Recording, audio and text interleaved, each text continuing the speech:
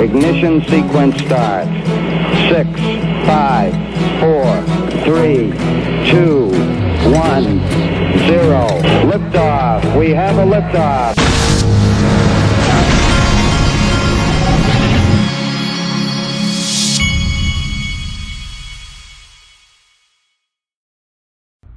Hey everybody, this is the Digital Asset Investor, and I wanted to remind you about one of my sponsors, the Flare Naming Service. These guys are going to be launching on May 27th, 2023. They have an early launch reservation that I bought. It's $10. This gives you early access to the premium domain names that they have. It's .flr domain names.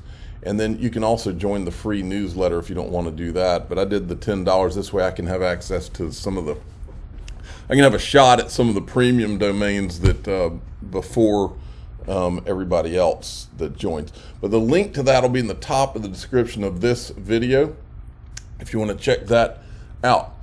From the ashes, the Phoenix rising, right? XRP suddenly plunges to $0 on the Bitrue exchange. There was some type of a glitch, is my understanding, and I think Bitrue's even come up with a way to compensate or reimburse the people that had XRP and lost money or whatever.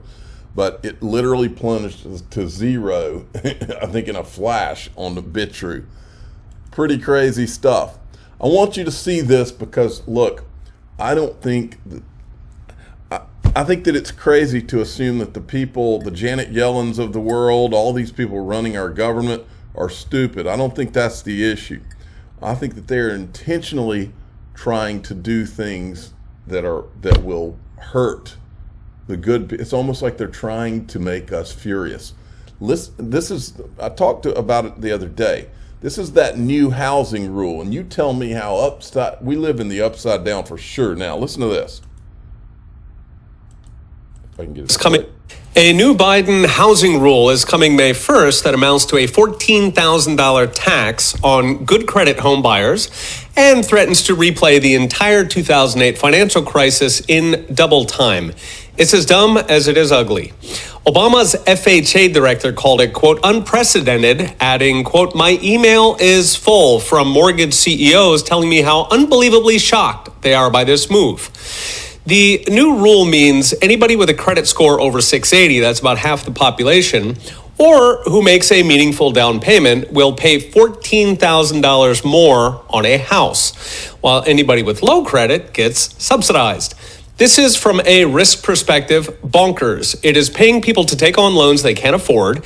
It's paying banks to crank out systemic risk, all while literally hitting people with a $14,000 fine for paying their bills on time and for saving up for a down payment in the first place. It is raw vote buying using a social credit system that punishes people for doing the right thing. Moreover, it threatens to replay the 2008 crisis because we've already seen this movie. Exactly. We've seen this movie. Here's the movie.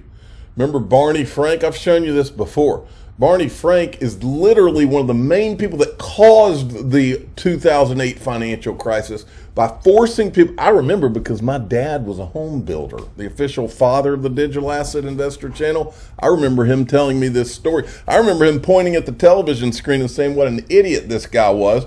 This guy literally forced all of these banks to come in to give people who couldn't afford to be buying homes loans. Then after the fact, he acted like he didn't do it because he's not an honest person. He's a complete and utter dishonest person. Listen to this. I put this clip together. The first half is when he was pushing for this homeowner. Then he completely denies it as if it never happened and these videos didn't exist. I am very pleased to join in support of this resolution. Indeed, I was a prime co-sponsor. The main sponsor is our colleague from California, Mr. Miller, who comes to Congress with a distinguished record himself in building homes. But those who argue that housing prices are now at the point of a bubble seem to me to be missing a very important point.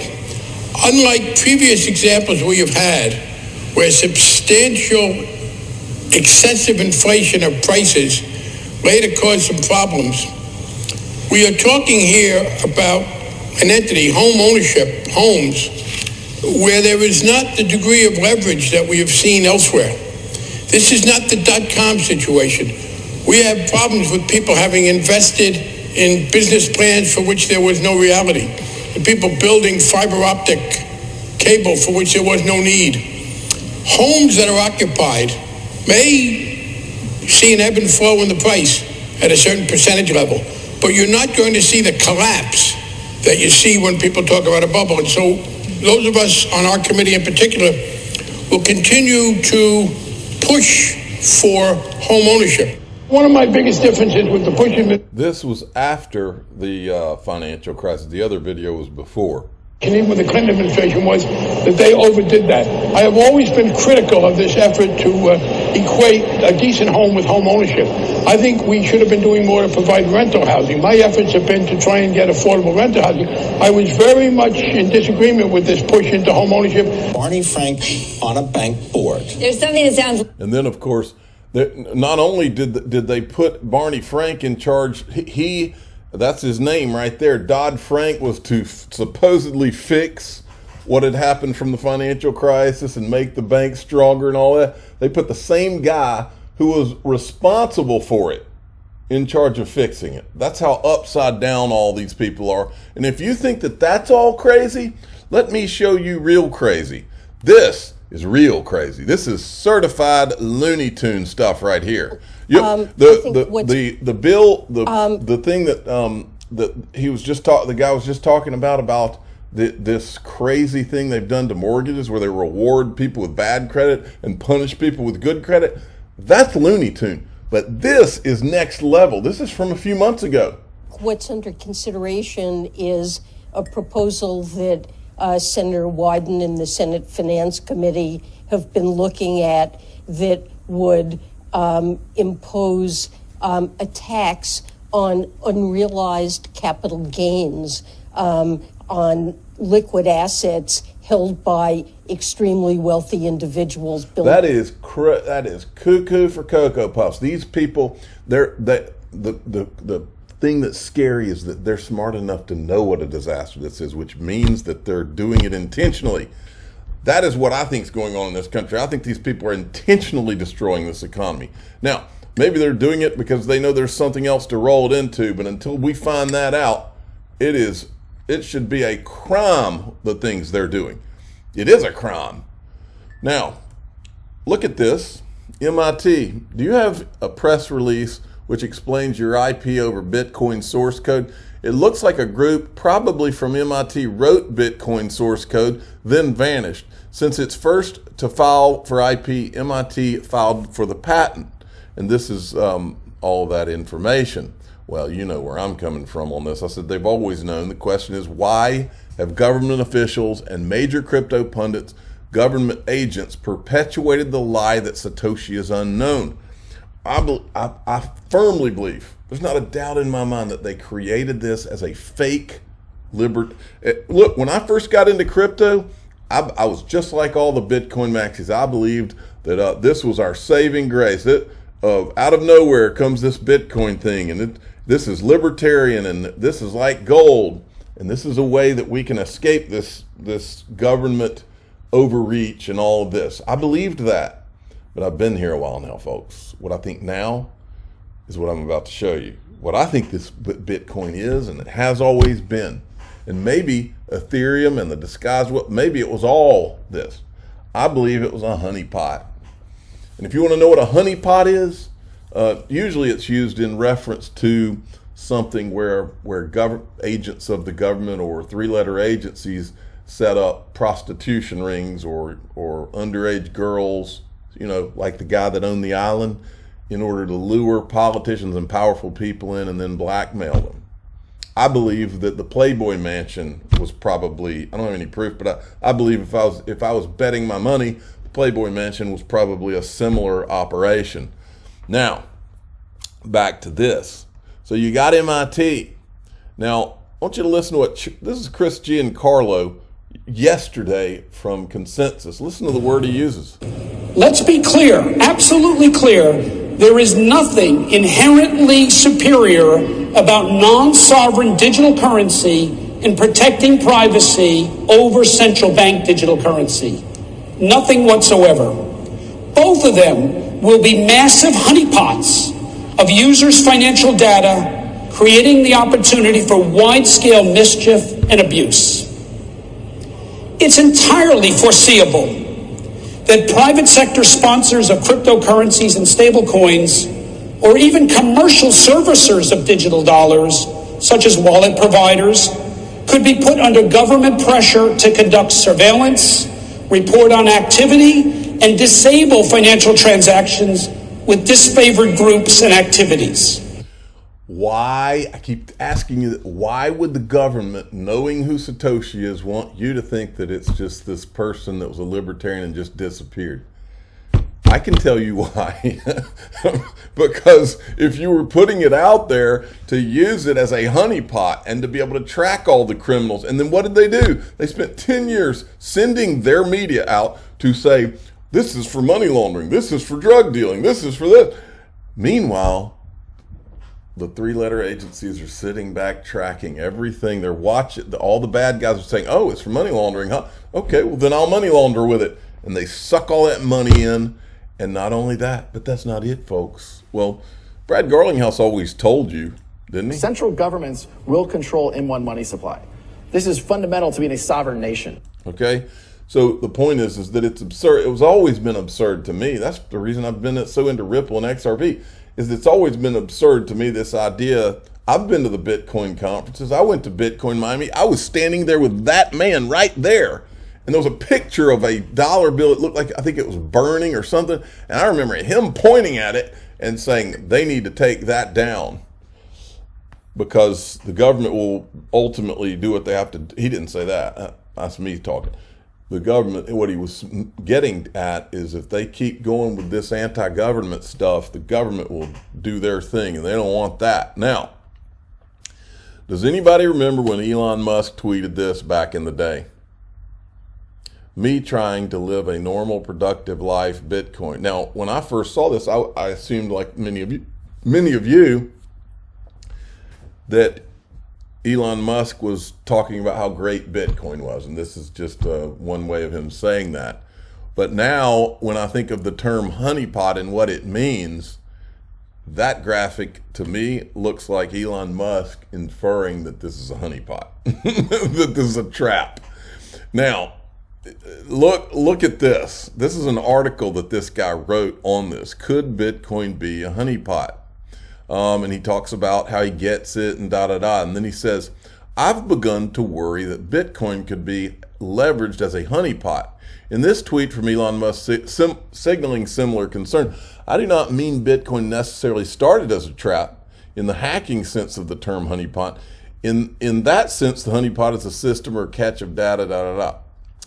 It can also be meant to simulate a breach to the hacker so they no longer dig deeper, but run off with the honey, leaving a sticky trail. This is what I think. Leaving a sticky trail. Bitcoin is appearing to be too good to be true. This is always the first sign of a honeypot. I'm wondering if our enemies might not be able to lure Americans through their insatiable desire for money.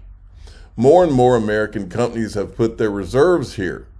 This creates an underappreciated vulnerability. If more banks and other financial institutions put their eggs in this basket, the vulnerability grows.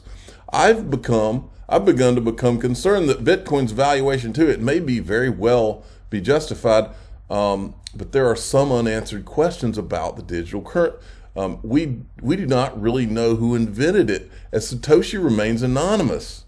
Coinbase calls this out as a real risk in their SEC filing. We do know the code, though, so thankfully there's a real transparent on that front.